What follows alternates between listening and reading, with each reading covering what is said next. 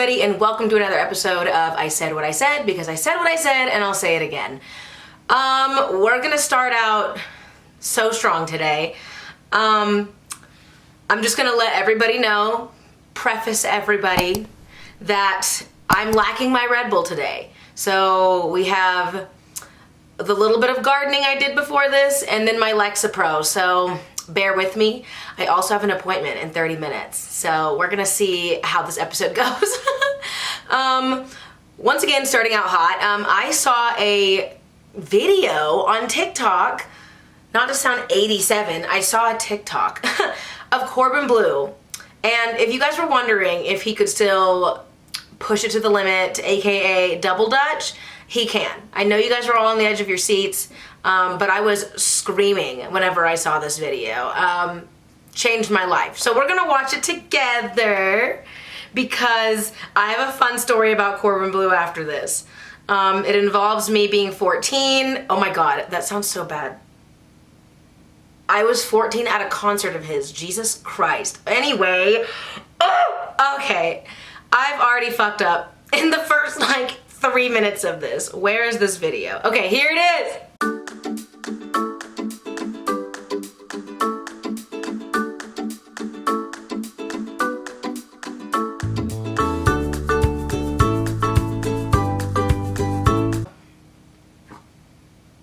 In case you were wondering, Corbin Bleu can indeed still jump in. He can indeed still push it to the limit. It would have made it so much better if Keke Palmer was there, our Lord and Savior. But okay, so let me tell you the story really quick before we get into the main topic of the week. My experience falling in love in front of a crowd. So once upon a time, I was 14, and I could not find the photo to prove this event. But if you guys know my friend Sarah from high school, she was there, okay? So my friend Sarah from high school and I, we were like, okay, we were like 14, 15. And I'm from a town in Oklahoma where we have this Six Flags dupe. And I'm saying that I'm giving them lots of grace because it's not that at all. It's called Frontier City, and it's like a Western, Southern theme park, kind of like Six Flags, but everybody's like panhandling and talking in a Southern accent. So anyway, they had concerts here all the time, and this was I think right when Jump In just came out. So what year did Jump In? 2007. Okay, so I was like 15 or 14, yeah. So, Corbin Bleu was gonna be at Frontier City. And so me and my friend Sarah, we were like, well, we have to go, obviously, because we have to jump in. So I went with my mom, and if you didn't know this, my mom is Jamaican, which makes me half Jamaican. And fun fact, Corbin Bleu's dad is also Jamaican. So immediately I was like, okay, so this is my husband. This is my future.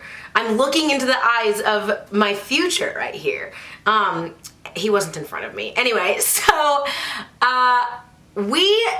I didn't recognize that this was Corbin Bleu's dad, but my mom was wearing a tote that had a Jamaican flag on it. And so Corbin Bleu's dad, I knew that he was Jamaican, but I hadn't seen him in person. Oh my God. He comes up to my mom, they start talking about Jamaica, and then he goes, my mom's like, oh, this is Corbin's dad. And I was like, my future father-in-law. So he goes, hey, there's a contest that your daughter can join and maybe get on stage with Corbin. So I'm shitting myself, okay, as anybody would. And he's like, give me her phone number. And what he does is he picks a random number out of a hat and calls them on stage. He'll call the phone number and then he'll call them up on stage to whatever. It's a surprise. So I'm like, I've never won anything in my life. I have the worst luck. I've never won anything in my life. Every single fucking contest, everything I've ever entered, even things I was qualified for, I've never won any contest. But today was the day. So me and my friend Sarah, we were like, oh my God, what if he calls? And so, oh my, guys, I'm reliving this right now. I have goosebumps! Okay, so I'm in the crowd with my friend Sarah, and we're just like, living it up. Like, he's singing songs from his album. He's singing songs from Jump In. I don't think he did any High School Musical songs because you need a group for that. But anyway, so he goes, Corbin like finishes his song, and then he is just like, so I'm gonna call one lucky girl to come up here and sing, and I'm gonna sing to her, and this will be her chair. And I'm like, no, like, I'm not lucky, it's not gonna be me. My phone rings. He picks out his cell phone and calls my phone, and I'm shitting. Shit's running down my leg. And I'm like, hello? And then he on the stage is like, hey, I think you're my one lucky girl. You should come up on stage. And so this whole moment is so surreal. My friend Sarah is screaming, and then the security brings me up on stage. Corbin gave me a shirt. He sang to me. Like, if you've ever seen those concerts where like Usher gets all up in those girls' business, it was that, but like age appropriate because I was 14 or 15. And he gave me a shirt, a CD, and oh my God, he gave me a hug afterwards. And now every time I see him on social media, I'm like, it's my ex Corbin. It's just my ex Corbin. We have such history. So to conclude this, focus on me. There we go, camera. To conclude this, Corbin Bleu, if you ever see this, just know that like I remember the time we spent together. Not trying to hit on you. I love my man, and I'm sure you love your wife. But if you ever want to like hang out and reminisce on our Frontier City time, let me know. Just because I don't like to get too like political or serious on this podcast, because I'm here for a silly goose time. I'm sure you guys are too. Nothing really big happened this week. There's some Netflix documentary coming out about a cult, like a dancing cult on TikTok. So I might talk about that at some point. But I made a list. And it's just songs that I think would be fun to mosh pit to, even though they're not mosh pit songs. So if you don't know what a mosh pit is, it is a noun, so like a place, like you go into this mosh pit, and it's also a verb. So I'm going to mosh pit, like we're mosh pitting. And watch me be so fucking wrong on that. Let's look up the actual definition of mosh pit. Oh my God, not mosh pot. Can I type mosh pit? Mosh pit deaths? Okay, so we're not gonna get into like the unfortunate mosh pit deaths that apparently happen. RIP to those just wanting to have a good time. The actual definition of moshing. Oh, it's moshing. Okay, so not mosh pitting. You're moshing. So moshing is an extreme style of dancing in which participants push or slam into each other, taking place in an area called the mosh pit, or simply the pit. So, as if I couldn't get any cooler looking up the definition of moshing, I also got it wrong. It's not mosh pitting, it's moshing. And so you're just getting really, really hype. So let's pull up a video of moshing so you guys can like get what I'm talking about before I...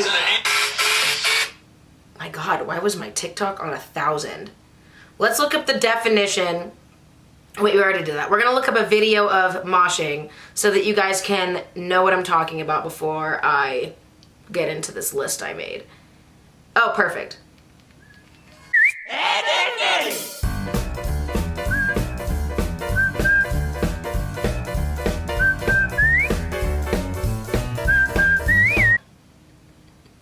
All right.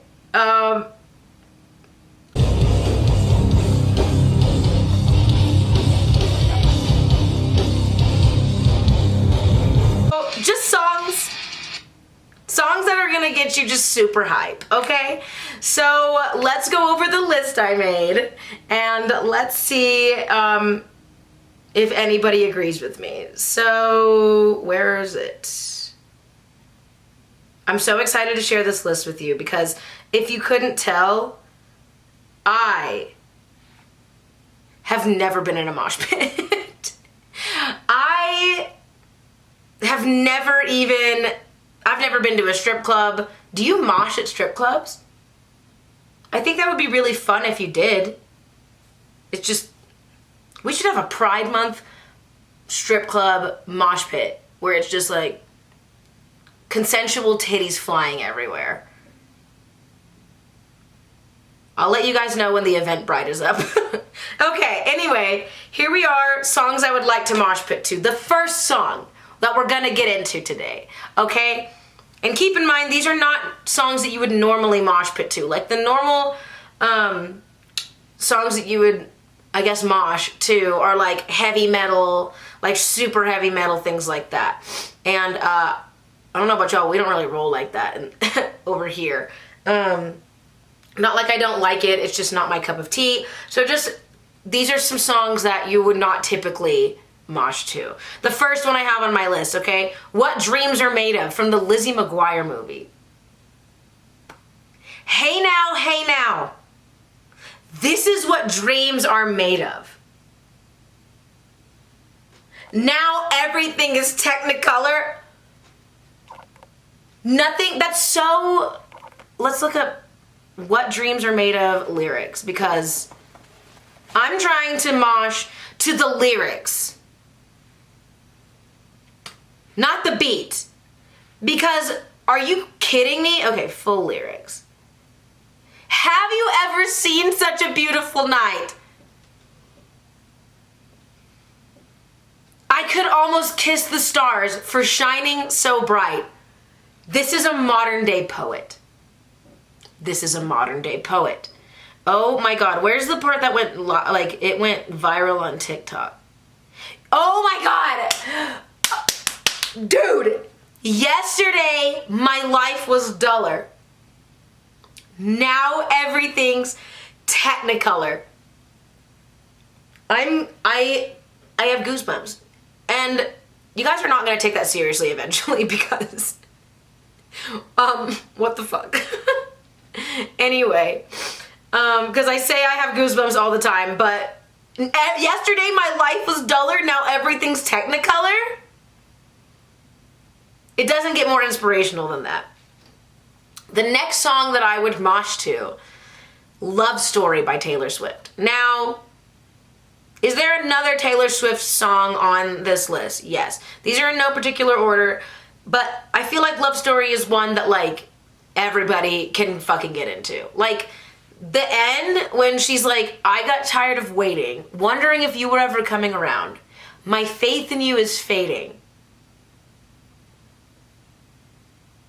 Are you kidding me? Why did I know that without looking up the lyrics? Love Story lyrics.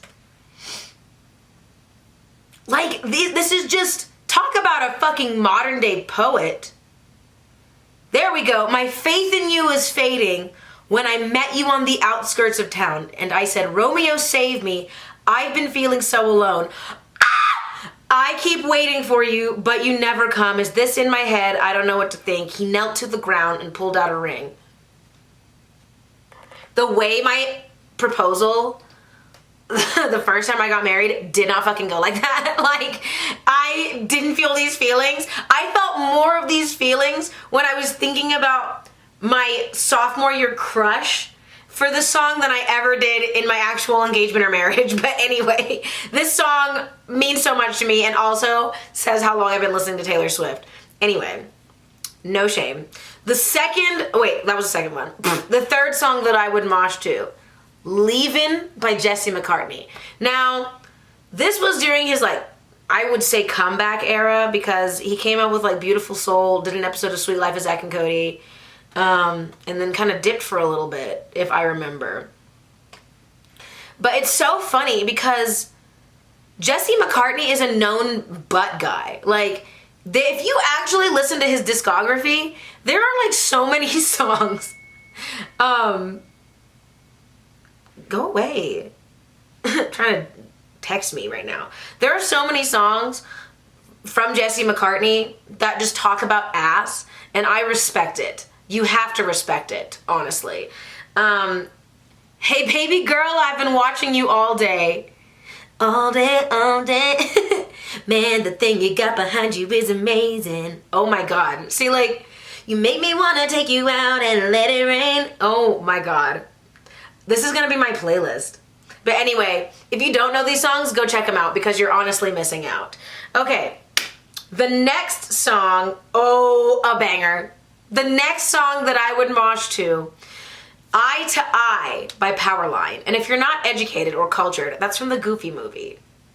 Okay? I feel like everybody's gonna agree with that one because it's Eye to Eye. Eye to Eye, Goofy movie. Like, these songs do make me want to slam my body into those around me. Not in a death way, but Eye to Eye, I don't think anybody would get me more, any song on this list would get me more hype than Eye to Eye by Powerline, aka Tevin Campbell. I don't think he ever released anything else after that, but you don't need to when you come out with Eye to Eye from the Goofy movie. Like, let's look at my favorite. Okay, so the chorus, if we listen to each other's heart, we'll find we're never too far apart, and maybe love is the reason why. For the first time ever, we're seeing it eye to eye, bitch. Do you remember when they did that in the movie? Eye to eye, bitch. Okay. Oh my God. I'm getting just so pumped about Eye to Eye. This should have been my number one. Nothing's in order, but once again, here we are. Okay. I could talk about Eye to Eye from the Goofy movie for hours. I could make a whole podcast just on the songs from that movie. But we're gonna move on to another one that I feel like is a crowd favorite. Oh my God, bitch, I should be a DJ. I should be a fucking DJ. The next song is Baby from Justin Bieber. This is another obvious one. Like, we don't even need to look up, you know what, we are gonna look up the lyrics because Ludacris put his whole Luda pussy in that one rap he did. Baby Justin Bieber. Oh my God. You know you love me, I know you care. Oh my God, don't even get me fucking started. Where is it? Here we go. When I was 13, I had my first love. Young, played Neopets, moving on. There was nobody that compared to my baby, and nobody came between us, nor could ever come before. When I learned that fast part of the rap, I was like, I have a new career. When I learned that part of Baby by Justin Bieber, the Fergalicious rap, and Love the Way You Lie, the whole song from Eminem and Rihanna, I was like, everybody move over. I am now a rapper. Write me in the history books. Yeah, Biggie, oh, I know him.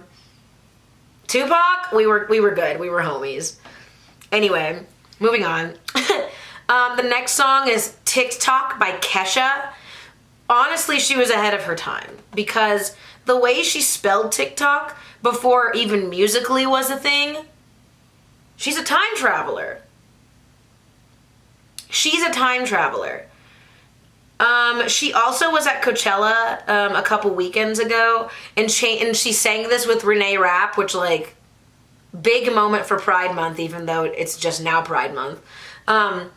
She changed it to Wake Up in the Morning like fuck P. Diddy, which is, like, iconic because fuck that guy. We're not going to get into it because, like I said, we're here for a silly goose time, but we're not going to get into it. Anyway. Okay, so the next song, I want to get more into this, but I'm running out of time for this segment. Just know that, like, when this came out in 2007, I was 14. No, wait, hold on. When did TikTok get released? TikTok, Kesha, release date. 2010. Wow.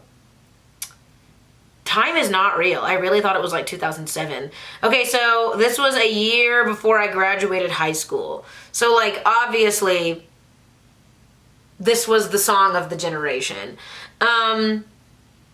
Okay, so next one. If you were the class of 2011, why were all of the songs about clubbing and partying? Like, we were at, like, blacklight dances, no alcohol, just, like, Don't stop, make it pop. Like, we're drinking water and Sprite. Anyway, okay, we're gonna finish this next two, and then I gotta go to my appointment. Okay. The next song on this list is Cruel Summer by Taylor Swift.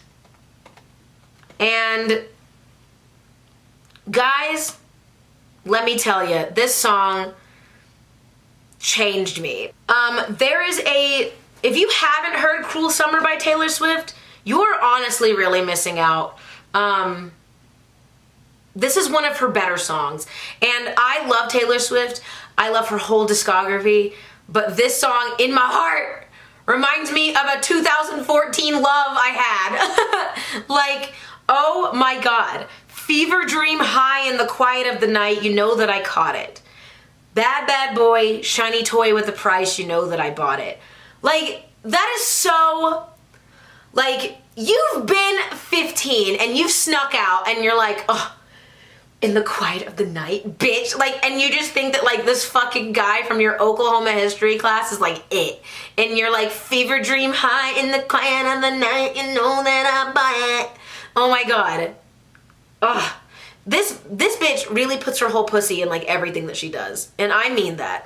So, we're gonna move on because I want to talk about this a little bit more. This might be my favorite song on the list. Killing me slow out the window. I'm always waiting for you to be waiting below. Devils roll the dice, angels roll their eyes. What doesn't kill me makes me want you more. That is so, I remember being like 15, 16, 17 and being like, he just ignores me, he's rude, but he does it because he cares. Like, which is so stupid, by the way, but this whole song perfectly captures that whole, like, do you even fucking like me, bitch, because you're sneaking out to see me and yet you don't text me during the day? Like, don't even get me started and I'm in the middle of this, but let's talk about the bridge, because the bridge, I'm drunk in the back of the car and I cried like a baby coming home from the bar. Said I'm fine, but it wasn't true. I don't want to keep secrets just to keep you. Bitch, what were you feeling? If I would pay so much money to just sit down in front of this bitch and be like, what were you going through? And how did you know that it was the same thing I was going through? How the fuck did she do this? And I snuck in through the garden gate every night that summer just to seal my fate. Like, you just know you're fucking yourself. You just know it. And I screamed for whatever it's worth, I love you, ain't that the worst thing you ever heard? He looks up grinning like a devil. He looks up, bitch? This is drastically different from Love Story. He's looking up? Girl, what was he looking up from? We all know. Write about it, girl. I'm not gonna stop you. I'm not gonna stop you. This is just, I could talk about slamming my body into other people around me for the purpose of music. This song will do it, okay? This song will do it. Okay, everybody, we're back. We're ready for the movie suggestion of the week. If I look different and if the lighting's different, is because everything is different, because I timed everything horribly, had to run to my massage, and then I was at the gym for 3 hours. So here we are. We're back in it. And we're gonna move on to the movie suggestion of the week because, bitch, let me tell you, I had a very heavy fixation on this movie. Let me make sure I'm in the right spot. I had a very heavy fixation on this movie during the pandemic. And when I say heavy fixation, I mean I listened to the soundtrack all day, every day. I watched the movie 3 times a day. And I wish I were joking with that, but it's excessive.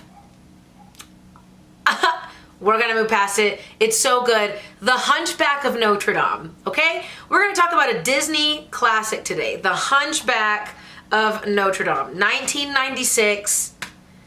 Fucking arguably, and I say arguably because Lion King exists, but arguably this is the best Disney movie. And I really, really fucking mean that. So if you're unfamiliar with The Hunchback of Notre Dame for any reason whatsoever, I don't know if it's a Disney original. Let me check. Ew. Ignore my hair everywhere. What the fuck? Okay. Was Hunchback of Notre Dame a true story? Okay, so Victor Hugo, he wrote... Okay, hold on. Okay, so it looks like... Okay, so obviously Google is not going to give me any straight fucking answers. So it looks like... Let's look at Victor Hugo. Victor Hugo. Okay, so it is a novel by a guy named Victor Hugo. He was also the former senator of France, which is honestly kind of fucking dope. Victor Hugo Jiu-Jitsu? Oh, separate guy. Separate guy. Victor Hugo, the Jiu-Jitsu black belt, is like not a part of this. We're talking about we're talking about The Hunchback of Notre Dame, not Jiu-Jitsu right now. So Hunchback of Notre Dame, written by Victor Hugo. When was that written? Victor... Oh. Hunchback of Notre Dame. When release date. Oh, okay. So the novel was published in 1831. So Quasimodo goes way back, okay? He's an OG. And then they made a movie in 1939. Never seen it, so we're just going to talk about the Disney version of this. So Quasimodo is a guy and very free-spirited, very big heart. We love Quasimodo. He has some, I don't know if the politically correct term is deformities. So if I'm fucking that up, I'm so sorry. But he does have some stuff going on physically. And his mom, so in the Disney movie, okay, this could be wrong in the novel, but in the Disney movie, Quasimodo's mom was a gypsy, and she got unalived at the beginning by a guy named Frollo. Frollo's a freak, okay? We're gonna get to him. But since he killed her on the church steps, the priest was just like, well, this baby's your responsibility. And he was like, Frollo was like, I'll do you one better. Keep him in your church.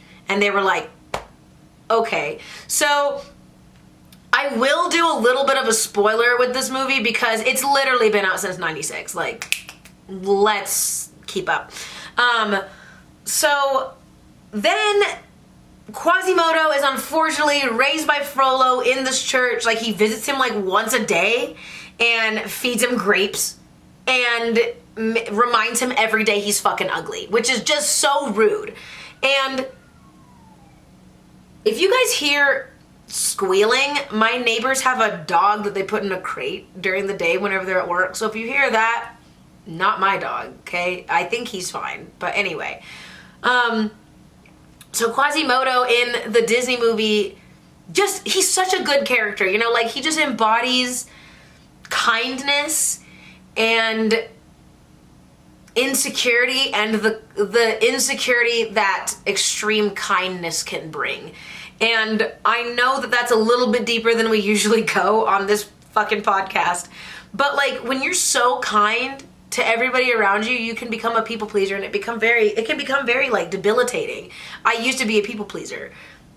I totally get that. Now I'm like, but anyway, that's what I think Quasimodo should have done to Frollo. He should have just been like, you're fucking ugly. Like, who the fuck are you to come in here and just feed? First of all, you killed my mom. Okay? Second of all, you only feed me grapes. And then you call me ugly all the time.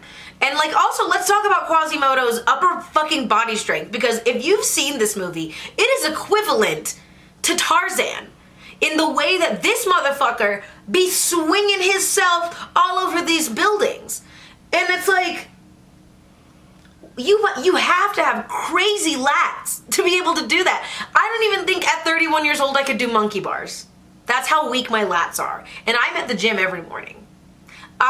So it just amazes me that people are able to do like American Ninja Warrior, the whole Tarzan movie, like swinging on vines. Bitch, how the fuck are you doing that? Like, that's the real question. So anyway, Quasimodo can fling himself all over these buildings. He falls in love with a woman named Esmeralda, which, not a Disney princess, but by far one of the hottest Disney characters that's ever existed. And I mean that, and I will stand by it, and I will die on this hill. Have you seen her hair? Have you seen her eyes? Happy fucking Pride Month, okay? To me. And when I was little, I wanted to be Esmeralda. I used to walk around with like a little Esmeralda swimsuit and my tap shoes, and they gave me blisters, but I was like, I'm Esmeralda. Where's my goat? And so I have always loved Esmeralda because she didn't fucking take shit. Like, watching that as a child, like a small little girl watching Disney, and the majority of them are like Snow White, Cinderella, Esmeralda's a fucking badass. Okay? She kicked people in the face when they tried to steal her money. She was just like, no, justice. Talk about a social justice warrior, and not in the bad way. Esmeralda was that fucking girl. And there's no ifs, ands, or buts about it, okay?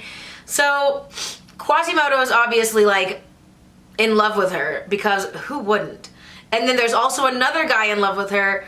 I'm blanking on his name. We're gonna call him John Smith with a beard, because that's what he looks like. Phoebus. Captain Phoebus. Okay? He obviously also has a crush on Esmeralda, and he works for Frollo as like the captain of the guard, but like he has a good heart. He doesn't really like what Frollo's doing. Like, so he's like a closet, like, the best way I can describe it is he's working in a place that has Blue Lives Matter flags everywhere, but my boy is like Black Lives Matter. And like, I know that's, we're not trying to get political on here. That's just the best explanation I could give. But we love John Smith. Oh my God, Captain Phoebus. Anyway, so another person who also has a crush on Esmeralda, guess who it is? Guess, Frollo. And also, fucking put a finger down if you wrote a whole song about how you're either gonna kill a girl or fuck her, and you're gonna kill her if she doesn't fuck you. Put a finger down. Frollo, you better put a finger down. Like, that's the most amazing thing about this movie to me, is that like my parents freely let me watch this, and there is a whole song sung by Frollo about how if Esmeralda doesn't fuck him, he's gonna kill her. Hello? This is such a, like, you have movies like, even Mulan was more lighthearted than this, and Mulan was about war, okay? Like, this is heavy shit. So you have a kid who's like, I say kid, he's like 20. You have a 20-year-old with some, I'm so sorry if this is the wrong verbiage, deformities. Mom has gotten killed. He's being raised by his mom's murderer. He doesn't know that that's his mom's murderer. And that same guy has a crush on the same girl that he has a crush on, but he's like, I'm gonna kill her if she doesn't have sex with me. That's the plot of this movie. The plot of this movie is genocide. Like, he's like, if Esmeralda doesn't have sex with me right now, I'm gonna kill all the gypsies in the town and her. Burn them to the ground right in front of the church. Maybe relax a little bit, Frollo. I don't think it's ever been that. I don't think getting pussy has ever been that fucking serious. Alert the elders, tell the townspeople, tell all the historians, and also let's bring some time travelers back, because we need to let's bring some time travelers back who are from the future so we can tell them this, because I don't know. I went off on like 20 tangents. Because I'm not gonna lie to you guys, I've just wanted to talk about the Hunchback of Notre Dame. Like, no one has sat and listened to me like so badly and fixatingly rant on this movie for 4 years. No one has heard me, and that's why I started a podcast. So anyway, back to this fucking movie. So I'm not gonna tell you guys the end, just in case you've never seen it, but easily, by far, the best Disney movie, besides The Lion King. Best soundtrack, besides The Lion King. This is one that they just don't talk about enough. Like, when they talk about, like, old Disney and, like, classic Disney, you hear Aladdin, A Whole New World, obviously. Then you have Beauty and the Beast, Be Our Guest. Why the fuck is no one talking about Out There? From The Hunchback of Notre Dame. If I was in every instance out there. Like, I'm not even fucking warmed up, bitch. Don't even get me started on that Out There song. Ugh. First of all, let's look at the lyrics to Out There. Out There. Hunchback lyrics. My Google knows me. Like, it starts out with Frollo being like, the world is cruel, the world is wicked. It's I alone whom you can trust in this whole city. I am your only friend. That is, fuck you, Frollo. You are such a gaslighting piece of shit. Like, did my biological mom write this? Like, holy shit. We're getting too deep. But, I who keep you, teach you, feed you, dress you. I who look upon you without fear. You killed my mom! You're a bitch! Okay. Literally the next words are, you are deformed and you are ugly. And it's so beautiful the way that this is composed, because he goes, you are deformed, and then Quasimodo goes, I am deformed, and you are ugly, and I am ugly. And it's just, I have tears in my eyes. I have tears in my eyes. I have literal tears in my eyes. Because I have been in this type of relationship with, like, I don't want to call her out again, but, like, a specific family member where I was told, like, I can do no wrong. I can do no wrong. I am your only friend. Like, how are you going to treat me this way when I treat you so good? And it's like, I fucking feel this, dude. Like, I've been told I was ugly. I've been told I'm fat. And I just echo it back because I'm like, this is the only thing I've ever known. And we have a whole fucking song about this. And the whole song is about him just wanting to be out of this fucking tower. And it's just, it's so heartbreaking. And the first part of the song, he just talks about how he's a monster. And then you get into, like, the meat of the song, where Quasimodo says, safe behind these windows and these parapets of stone, gazing at the people down below me. All my life I watch them as I hide up here alone, hungry for the histories they show me. Fuck! All my life I memorize their faces, knowing them as they will never know me. All my life I wonder how it feels to pass a day, not above them, but part of them. This is just gonna be called the Goosebumps episode because I'm like, bro, I'm fighting. I'm literally fighting back tears right now. Oh my God. Fuck. And out there, living in the sun, give me one day out there. I'm gonna cry. I could talk about this for forever, but he says, out there strolling by the sand. I don't know if that's how that's pronounced. I think it's a river in France. Taste the morning out there like ordinary men. Taste the morning out there like ordinary men. Fuck. Oh my God, of course. The music is written by Alan Menken. That is the GOAT of Disney. Like, if you want, it's not Roy Disney and it's not Walt. It's fucking Alan Menken. Every single thing that this man has wrote, he put his whole Alan Menken pussy in it. Like, anyway. This whole podcast is just going to be me singing the soundtrack to A Hunchback of Notre Dame. But if you haven't watched it, take the time. It's fucking incredible. And if you haven't watched it since you were a kid, it's a very adult movie. Like, they added in gargoyles and shit as if to distract us from the genocide and the racism. But, you know, aside from that, it's very adult. It's very good. So well written. The characters, the songs, like, Fuck, dude. I didn't mean to get this fucking deep about the Hunchback of Notre Dame, but I always will, because it's genius. This is not a discovery that I discovered this week, but it's a very recent discovery, and it's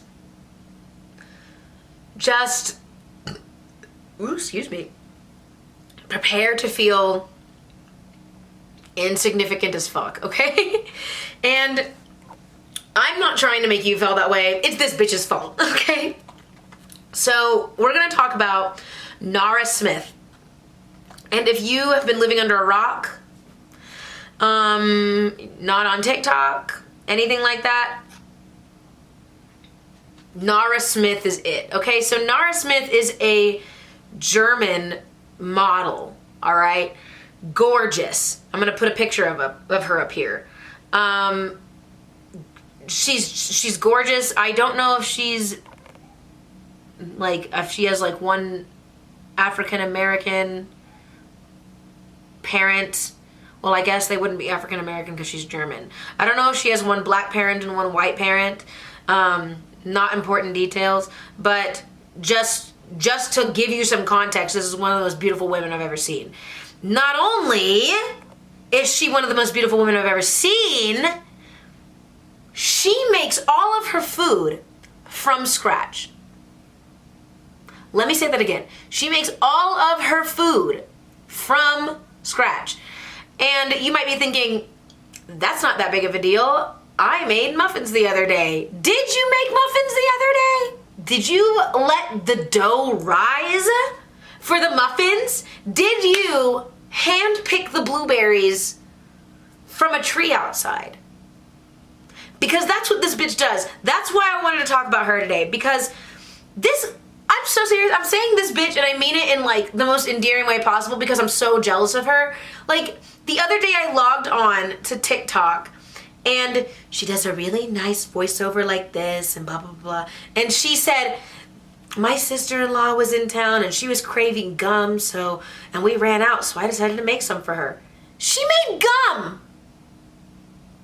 She made gum. We're gonna watch it. We're gonna watch that she made gum right now, okay? Because, and it's so funny because her whole personality is, and she said this before, she really leans into like the satire of it all, because obviously when she's gonna make, like for example, pizza rolls, like if she was gonna make pizza rolls, obviously pizza rolls from scratch are gonna take so much longer because this bitch is gonna make the sauce. She's gonna make the cheese. I'm so serious. She's gonna make the dough and she's gonna do everything herself. And she said multiple times on her TikTok that she just likes to cook for people. This isn't expected of her. Like her husband is not like, you better make me some gum right now from scratch. Like, no. Her husband is also a model. His name is Corbin Bleu Smith. And we're gonna get into their names in a second, but there's an era of people who grew up on Tumblr in 2011 and 12 that remember when Corbin Bleu Smith and Kylie Jenner were like all over the place. And I'll throw some old school pictures of him up here too. And then there's the era of people who know Nara Smith from TikTok. I was on Tumblr, make no mistake. I was on Tumblr in 2010 and 2011. However, I discovered Lucky through Nara, and that's how the fuck it should be, okay? Behind every strong woman is a man helping, okay? So, anyway, so yeah, she just likes to make stuff from scratch because she just likes it. She also said in an interview a while back that she was getting really sick from eating like processed food in America, which like a whole other topic, you know? I am not a nutritionist, but absolutely, girl. So she decided to make all of the food herself, which is so badass. So we're gonna watch Nara make some gum. Not my last fucking search be mosh pitting, Jesus Christ. Nara Smith makes gum. Here we go. In town to visit, and she's been craving bubblegum so bad, but she ran out, so I just decided to make it for her. I poured some powdered sugar on some wax paper and created a well before combining my gum base with some corn syrup and slowly melting it down. Once that was all melted, I gave it a good stir and poured it into my little powdered sugar wells I created. One of her favorite flavors is green apple, so I made a green apple one, and then also experimented with making a cinnamon vanilla gum. Once the mixture was cold enough to handle, I kneaded it and then stretched it out and made sure to always have it covered in the powdered sugar so it wouldn't stick. Then I rolled out my gum, cut it into equal pieces, and decided to go for a little gum ball. Once all the green apple ones were formed, I moved on to my cinnamon vanilla ones and set them aside before tossing them in some more powdered sugar. To keep them fresh, I placed them in some wax paper, twisted the sides, and repeated that process with all of them. And then they were ready to try. These tasted even better than store-bought gum, and she was so excited. The cinnamon vanilla ones tasted... You've got to be fucking kidding me. I will never be enough for any man ever in my life. Like, what? What the fuck? She made gum. Like, she makes so many other things. And even her plates are cute. Like, you saw that plate at the end. It was cute as shit. So, it's like, she makes so many other things. Like, let's just look up Nara. Let's just look up Nara for a second. Nara Smith.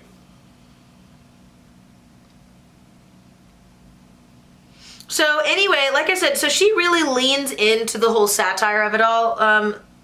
I started this thought, didn't finish it. So obviously making pizza rolls is going to take, from scratch, is going to take so much longer because she's going to make everything.